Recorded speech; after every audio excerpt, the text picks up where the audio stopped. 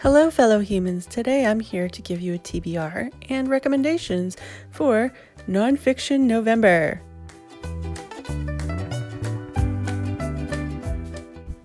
Started by Olive at a Book Olive. I will link you to her announcement video below. The idea is to read more nonfiction than one normally would. So today I'm going to be going over the prompts that she designed for this year, and we're starting with a collection. Yeah, I took this prompt literally, and I'm going to show you some essay collections. First up, we've got Vesper Flights by Helen MacDonald, and this is MacDonald's collection of her favorite essays that she's written over the years, and they are nature writings, and she put them together in this book that she called a cabinet of curiosities, and they're supposed to be a mixture of miscellaneous things from the sea life to falconry and even her own personal ordeals in life. So I highly recommend it. I absolutely love this book when I read it earlier this year for the BookTube prize. Next, we got Fathoms, The World in the Whale by Rebecca Giggs, and this I also read during the BookTube prize earlier this year. This is a collection of essays that Giggs wrote that are all relating back to a beached whale off the coast of Australia. It takes her pretty much around the world, but she relates all of these essays back to the death of this whale, and it's heartbreaking and heartwarming all in the same. On to the Anthropocene, reviewed, in which Judson Crane ranks human activity in our geological age on a 5-point scale, much like a Goodreads review. The essays are grounding and meditative and oftentimes heartbreaking, and heartbreak warning if you do decide to audiobook this, especially for the Cowie Oo essay. Speaking of heartwarming, Little Victories, Perfect Rules for Imperfect Living by Jason Gay, which Jason takes a look at little moments in life that are a little bit, they're not the best, but, take an optimistic view on things and finding the brighter side of life, including an essay about the death of his father. So it's quite warming. From heartwarming to heart-stopping, Stiff by Mary Roach. Miscellaneous ways in which one can have their body handled after they are gone. It's very fascinating. I know it sounds macabre and disturbing, but it's something to consider, and it's especially if you're not into burial or cremation, there are other options, and she explores them all here. So what am I going to be reading in the collection category? I've got Helen MacDonald again, H is for Hawk. This is a collection of essays that are about her falconry, I believe. Yeah, so I got this on Audible a few months ago. It's free on there, I believe, still, if you are a member. And yeah, so it's waiting for me, and I'm ready for it. For the industry prompt, I took it pretty literally. In the first book I'm showing you here is based on media and I'd say the food industry with Ruth Reichel's Garlic and Sapphires. This book, she is writing essays about her trip from the West Coast to New York, in which she is a restaurant critic. They know she's coming. She's has a reputation. So she decides to costume up, and she kind of talks about that in her essays, that she takes on these different personas with each costume and wig that she wears. And this has a little bit of food porn in it, not gonna lie. This is a delicious book, and it's really entertaining. Because we can't get enough of the food industry. We've got The Omnivore's Dilemma, which I can't recommend enough, and I think I've recommended this maybe last year. Michael Pollan wrote a great book in which we go over not only how the food industry is structured, but also 4 different meals that are constructed in various methods like farming and then the industrial. He goes hunting and he has to do like hunter-gatherer type thing.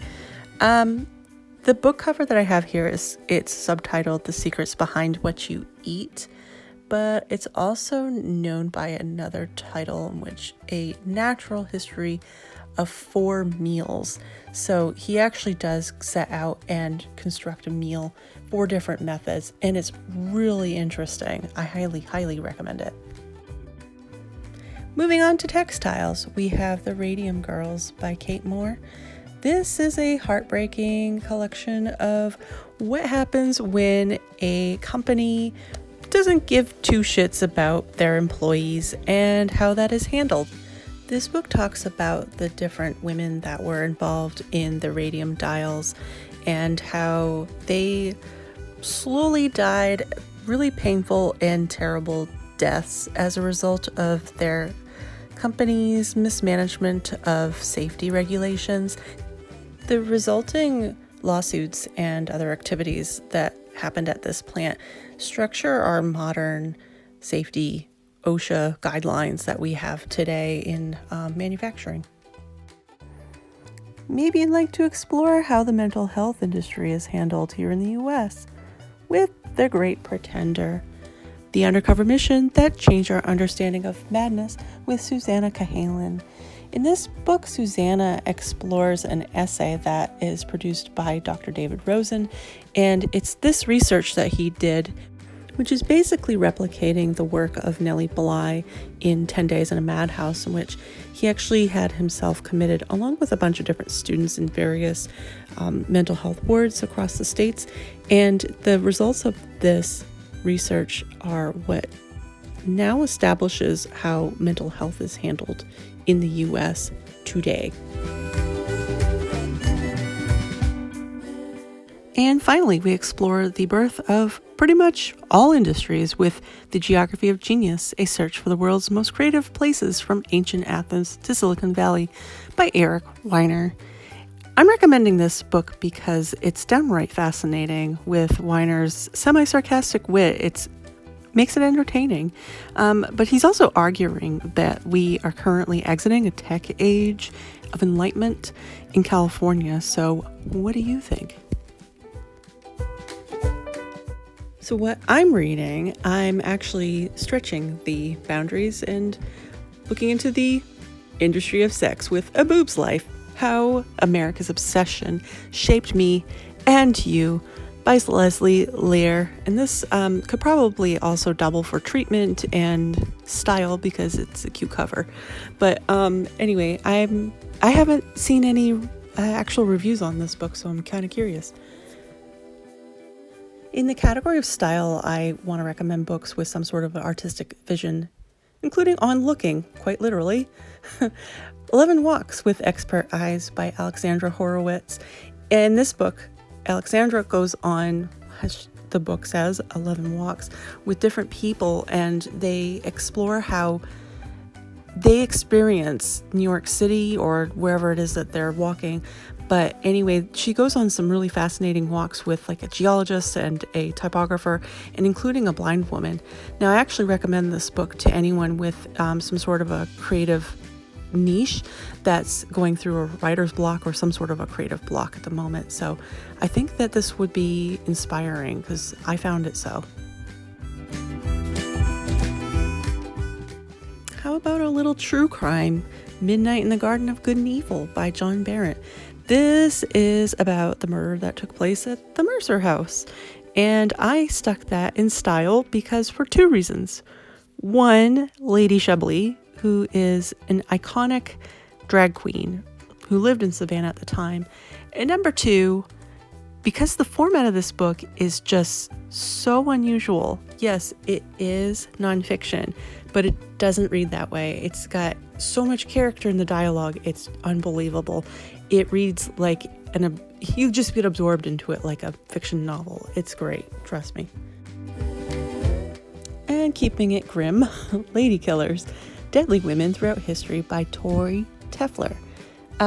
This is in here for 2 reasons also. Beautiful cover. I love this style of illustration. And also because what's hidden in this book is a trend in how women kill, and it's fascinating. And now for some art. Hey Kiddo, How I Lost My Mother, Found My Father, and Dealt with Family Addiction by Jarrett J. Korzoska. Graphic memoirs make a great gateway into nonfiction and general memoir reading, but bear in mind that Jarrett's formidable growth years were not the easiest, so this book is a little bit heartbreaking, but again, it does make a great breakthrough for nonfiction. And again, another heartbreaking book. We've got Lighter Than My Shadow by Katie Green, and this book I'm recommending because of the illustration style and how she uses these scribbles to kind of, I want to say, illustrate darkness in her and depression and whatever's going on in her psyche. This is a book about living with an eating disorder and also dealing with sexual assault. So many trigger warnings, especially for those who binge and purge. The books I've chosen for me to read for style are, because they have glittery, pretty covers, Life as a Unicorn by Emru El-Kadahi and Why Fish Don't Exist by Lulu Miller. Yes, they're glossy and you can see them sparkling here. Life as a Unicorn is subtitled A Journey from Shame to Pride and Everything in Between. My name is Amru El-Kadahi by day. By night, I'm Glamouroo, an empowered, fearless acerbic drag queen who wears 7-inch heels and says the things that nobody else dares to. Yeah. Why Fish Don't Exist is subtitled A Story of Loss, Love, and Hidden Order of Life. Part biography, part memoir, part scientific adventure. Why Fish Don't Exist reads like a fable about how to persevere in a world where chaos will always prevail. Books I'm recommending for treatment category are a little bit more abstract. So we got Julie and Julia, 365 Days, 524 Recipes, and One Tiny Apartment Kitchen by Julie Pallel. I am recommending this book because the book is so different from the movie. Vastly different. I know the movie was based on this book, but it's very different and still incredibly entertaining, so I recommend it to fans. Next, a little bit of self-treatment with Grit, The Power of Passion and Perseverance by Angela Duckworth. In this book, Angela actually explores West Point and how one Academy member may actually make it from freshman year to graduation, and how so many fail, and what it is that really makes us grind on in spite of literal and mental obstacles.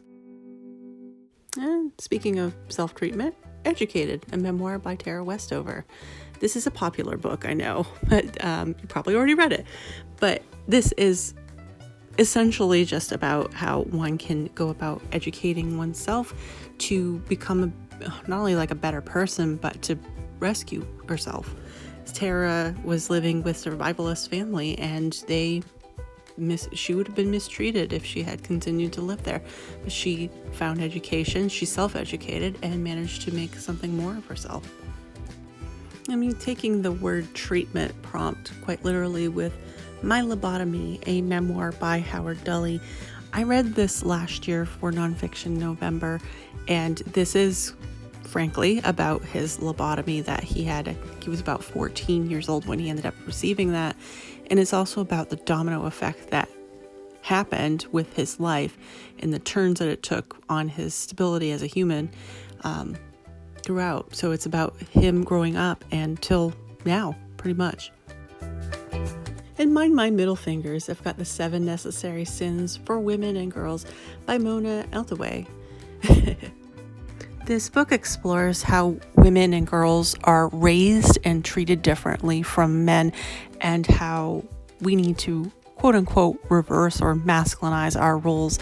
And she recommends 7 different, what she's calling the necessary sins, to start to act out, to be seen and heard, and to be taken seriously, or to really have our voices heard. And some of those actions include being violent and cursing and just, making a stand, making a scene, whatever it takes to get what we deserve. Well, I recommend this to all women. It do especially recommend it to women of color since it isn't just white feminism that needs to take center stage. I have 2 books for the prompt of treatment. The first is how the author's been treated since her book was launched, and the second was a book that was recommended by Olive, and it's a more literal take on the word treatment. First, we have Leaving Isn't the Hardest Thing, essays by Lauren Ho, and how she ends up leaving a cult. But I've actually have it here because the author herself had attacked a reviewer online because she gave her a 4-star rating, and the entire book community attacked her Goodreads ranking, and I'll probably bring it back up. And then Between Two Kingdoms, a memoir of a life interrupted by Sulika Jawad.